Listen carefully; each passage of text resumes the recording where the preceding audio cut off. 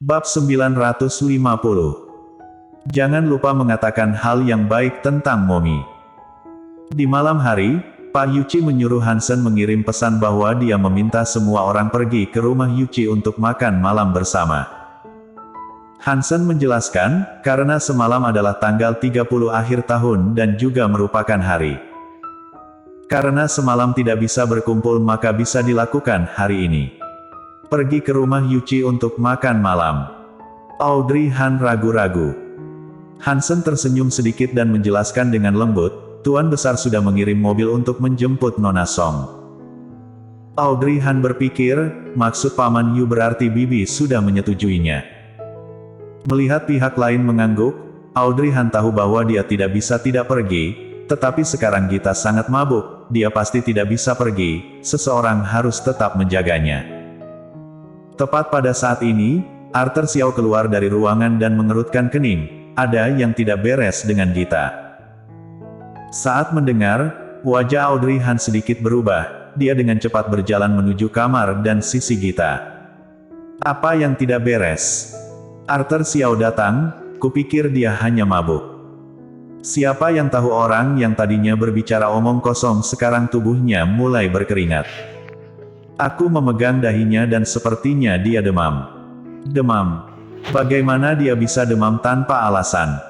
Apa yang telah terjadi? Mengapa dia begitu mabuk ketika dia kembali bersamamu?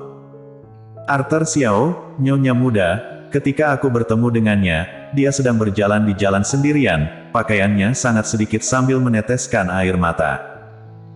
Aku merasa ada yang tidak beres, jadi membawanya ke restoran untuk makan. Dia bilang mau minum anggur dan aku tidak bisa menghentikannya. Setelah mendengar kata-kata Arthur Xiao, Audrey Han mengernyit, bukankah dia berkencan dengan Audrey Han saat pergi, kenapa Gita sendirian saat Arthur Xiao bertemu dengannya? Dan menurut deskripsi Arthur Xiao, seharusnya Audrey Han melakukan sesuatu atau mengatakan hal yang menyakiti hati Gita. Bagaimana bisa begitu? Melihat Gita seperti ini, Audrey Han juga mulai merasa tidak nyaman. Awalnya, dia pikir ini adalah kesempatan yang baik bagi Gita untuk berduaan dengannya, tapi dia tidak menyangka itu akan menyebabkan kerugian besar bagi Gita. Apakah masalah ini terlalu dipaksakan? Memikirkan hal ini, Audrey Han tidak berbicara lagi, hanya mengangguk ke Arthur Xiao, menunjukkan bahwa dia sudah tahu tentang ini. Arthur Xiao memperhatikan perubahan ekspresinya, berpikir bahwa Audrey Han mungkin juga sudah tahu masalahnya. Bagaimanapun, dia dan Gita adalah teman yang sangat baik dan telah bersama selama bertahun-tahun, bagaimana mungkin jika dia tidak tahu pikiran Gita? Tampaknya tidak perlu baginya untuk mengatakan apapun lagi. Biarkan demamnya mereda dulu, kamu sudah lama merawatnya, selanjutnya biarkan aku saja yang merawatnya. Arthur Xiao melirik Gita, tidak mengatakan apa-apa, mengangguk dan meninggalkan ruangan. Setelah Arthur Xiao pergi, Audrey Han mengompres dahi Gita. Pada saat sedang melakukannya, dia ingat bahwa Paman Yu masih menunggunya di ruang tamu dan keluar untuk menjelaskan, aku benar-benar minta maaf Paman Yu, awalnya aku berencana untuk pergi ke sana juga, tapi Gita sekarang demam, jika kita semua pergi ke sana, aku khawatir tidak ada yang merawatnya. Jadi aku tidak akan pergi ke sana hari ini. Hansen tidak berharap bahwa masalah itu akan terjadi begitu kebetulan, tetapi dia tidak mengatakan apapun lagi setelah menunjukkan pemahamannya padanya dan hanya melihat ke orang lain. Bagaimana dengan Tuan Muda Colden dan Tuan Muda Kecil? Setelah memikirkannya, Audrey Han tiba-tiba tersenyum dan berkata, biarkan Glenn dan Colden pergi saja. Jerry Yuchi mau mengundang mereka makan malam, sebenarnya hanya ingin melihat Glenn. Melihat sosok Jerry yang datang hari ini untuk menemui cicitnya, namun tidak mendapatkan apa yang dia inginkan, pada akhirnya Jerry Yuchi pasti merasa tidak nyaman saat kembali. Lagi pula, dia baru saja bertemu cicitnya tadi malam, sebelum bisa mengatakan beberapa kata lagi, dia sudah pingsan.